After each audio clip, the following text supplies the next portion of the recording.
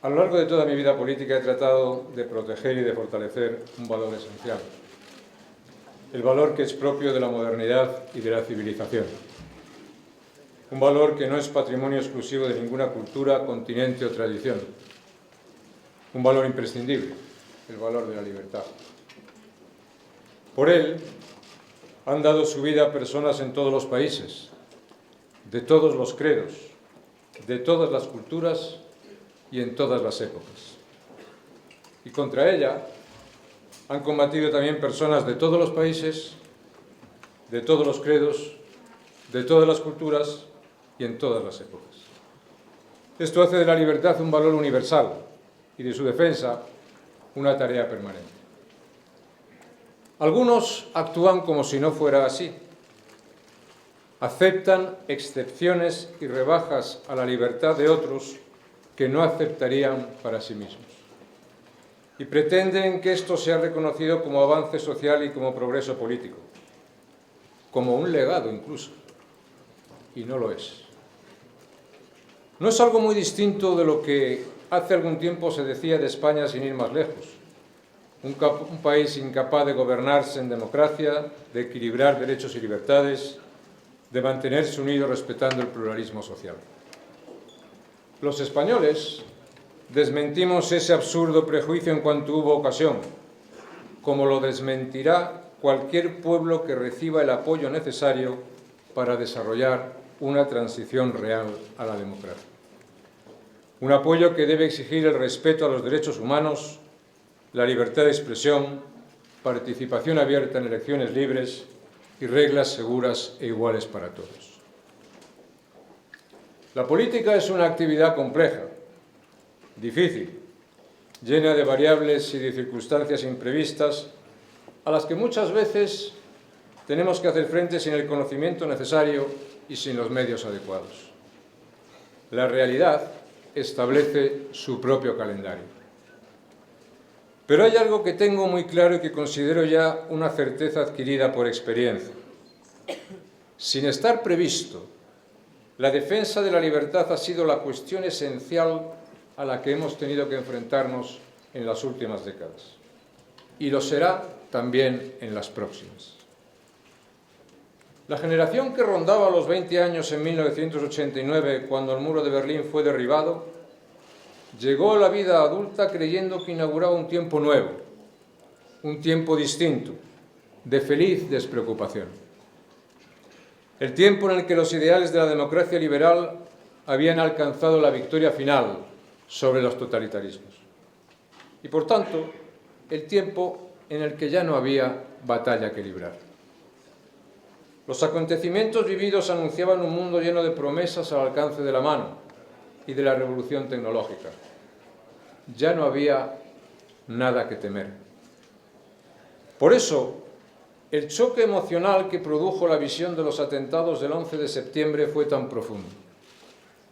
Y por eso, todo lo que vino después, incluido el extravío del proyecto europeo alrededor de 2003 y la crisis económica, fue inicialmente incomprensible para muchos.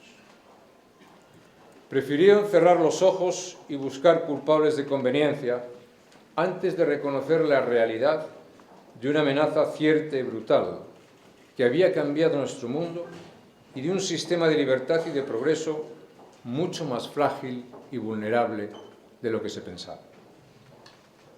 Si los atentados se hubiesen producido antes del derribo del muro, su impacto social no habría sido tan profundo.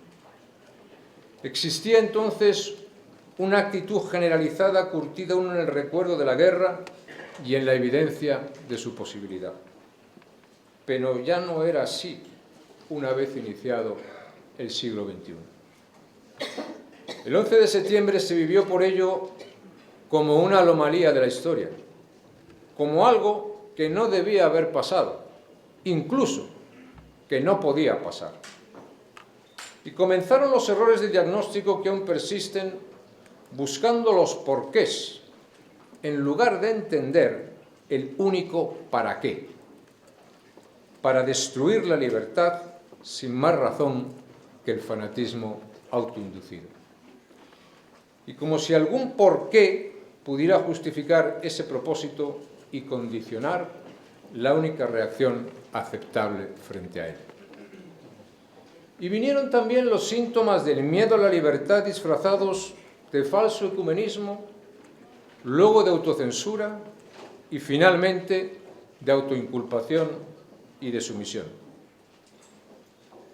Hay que comprender en ese contexto la magnitud del problema social y político que se erige ante nosotros. Problema social antes que militar o de seguridad, que consiste en la ausencia de una voluntad suficiente de defender la libertad de que se disfruta.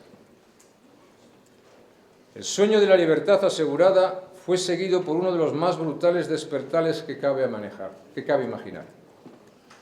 Y aún hoy, cuando la pesadilla se sucede una y otra vez por todo el planeta, apenas acertamos a comprender lo que ocurre y lo que debemos hacer.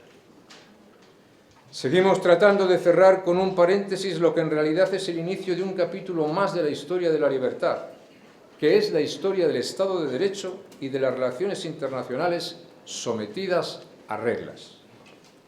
Una historia que revela con claridad cristalina lo que ocurre siempre que no se está dispuesto a hacer cumplir las normas, frágiles normas que regulan la vida libre.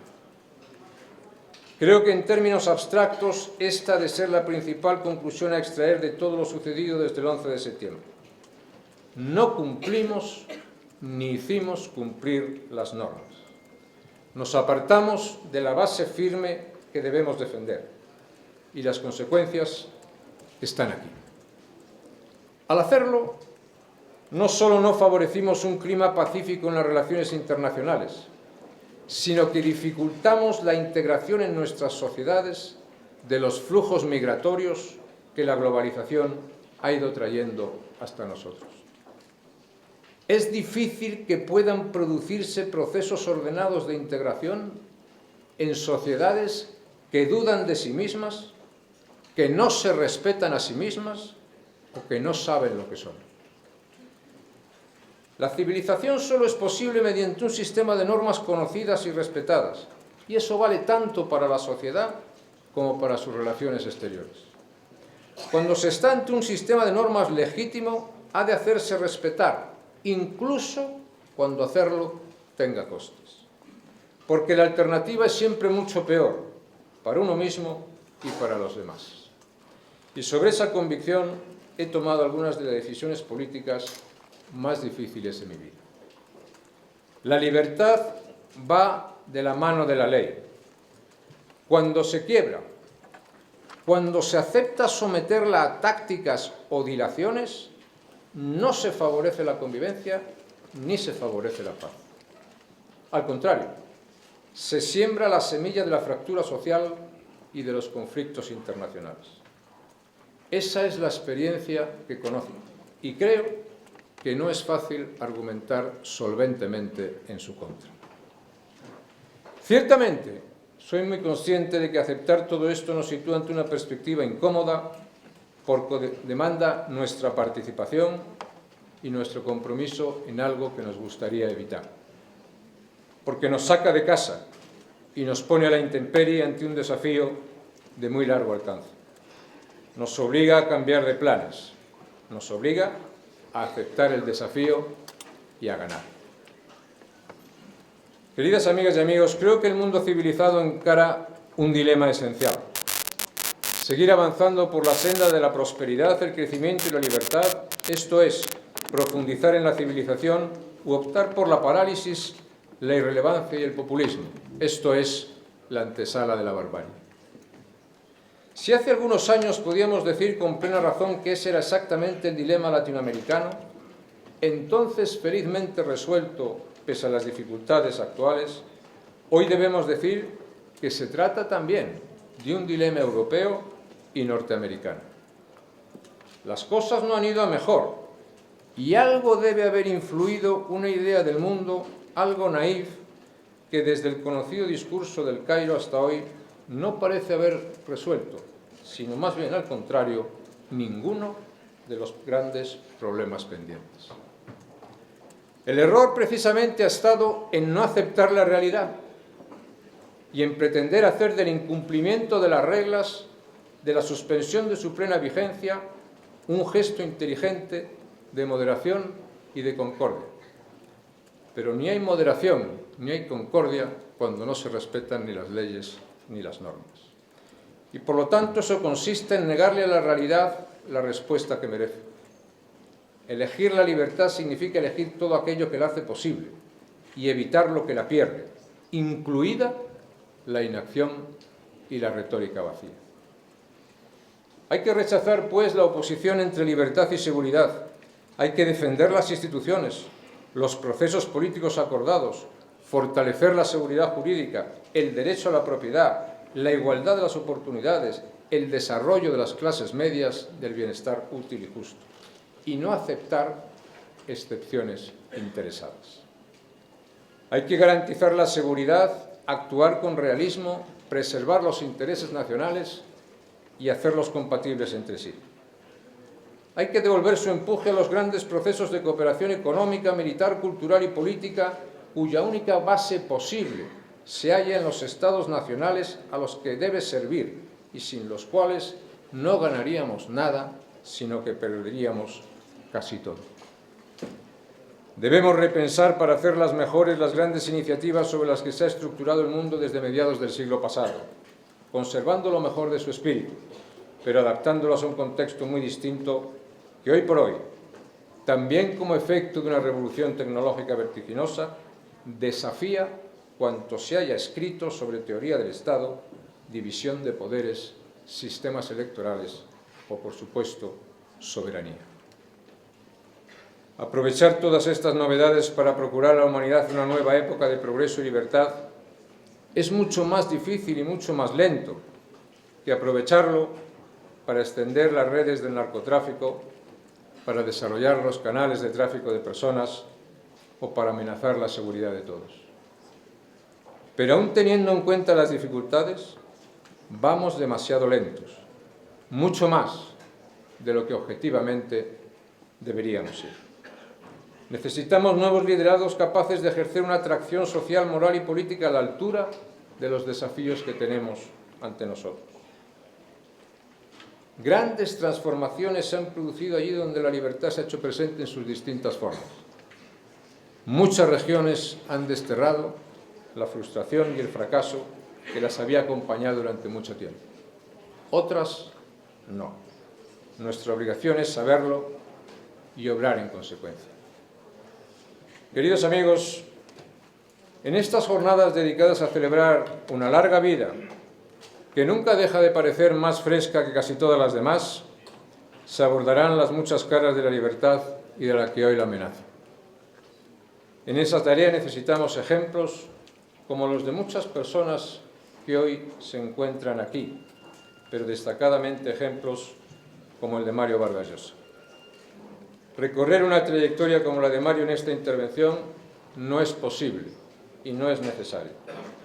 No estamos precisamente trayendo a la luz pública a ningún desconocido. El suyo es un compromiso con la razón al servicio de la libertad. Mario escribe para ayudar a hacer realidad la hazaña de la civilización, como escribió con motivo de su novela. Una hazaña que tiene en la libertad su cumbre y que hoy tiene en su defensa su principal tarea. Nos esperan momentos complicados, pero con personas como Mario, en plena capacidad y con pleno reconocimiento social, como el que revela el programa de estas jornadas, podemos estar razonablemente seguros de que tampoco esta vez la libertad será derrotada. Y entonces, querido Mario, cuando ayer recordabas que cuando mirabas hacia atrás veías sobre todo muchas historias, de toda la suma coherente de esas historias, que es la defensa de la libertad, se acaba haciendo historia, como tú lo has hecho, historia y de la buena en defensa de la libertad. Felicidades por tus 80 años vividos en libertad. Muchas gracias.